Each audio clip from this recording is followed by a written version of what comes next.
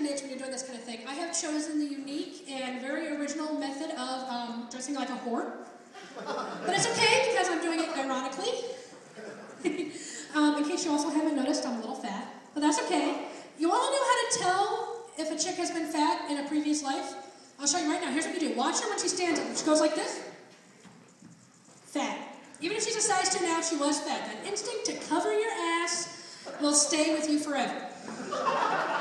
Always. Always. And in addition to being fat, I'm also a bit of a nerd. It's like God looked down on the planet and said, let's see you get laid now. It's literally the first thing people notice about me. I could be walking down Main Street, juggling dildos, and everybody like, do you diet?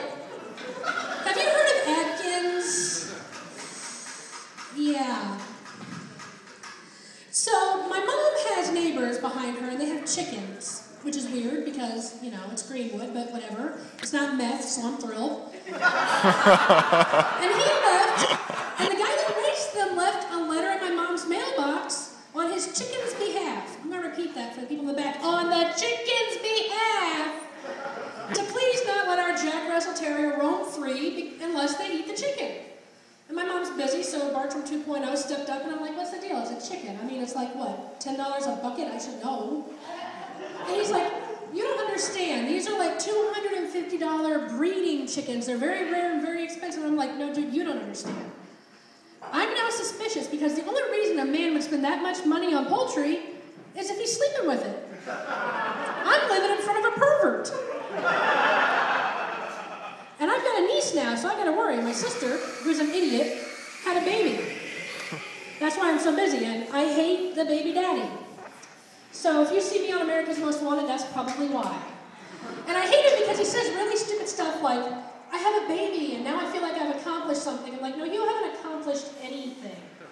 Don't take credit for crap your sperm did. Get a job. I hate it. So as I mentioned, I'm a bit of a nerd. Anybody else like the comic books up in here?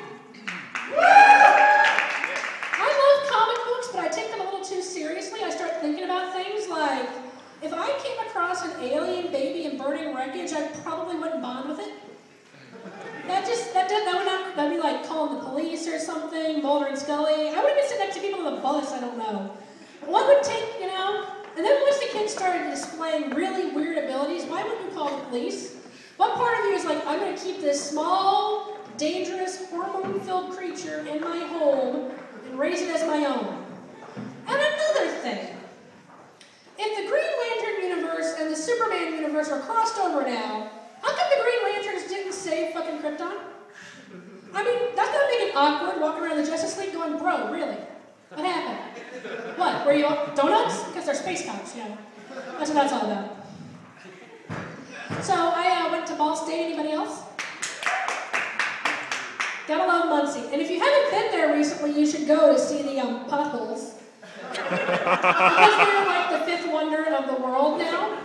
But I really love it up there because you get this really weird towny city thing where in the college you have this really like weird urban social life thing and people are walking around going, Twitter, Facebook, boots, sweatpants, blonde hair. And then you got the town and it's all very working class, which makes bus stops really interesting. I was sitting on a bus stop one day and I don't know why, because I had left my human-sized hamster ball at home, but there I was.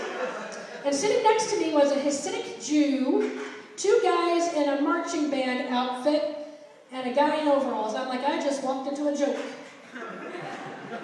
It's very, very weird. But I'd like to tell you a story about my sister real quick before I go, because like I said, she's a moron, and I don't mean that like, oh, she's crazy. She's silly. She's ditzy. I mean, we the people have determined that you are no longer allowed to operate motor vehicles. And I tell you this story because it's my favorite one. I had a friend of mine that was in the hospital, and she was suffering from bulimia. And that's not funny. Just don't laugh at my friend being terribly sick. But I was spending a lot of time with her because that's what I do. Apparently that's the non-optional social agreement. And my sister said to me, she said, why are you spending so much time with your friend? What's wrong with her? What's the matter? And I go, oh, honey, Janet's bulimic. And my sister says, I don't want to know where she's from. I want to know what's the matter with her. Thank you very much. You guys have been great.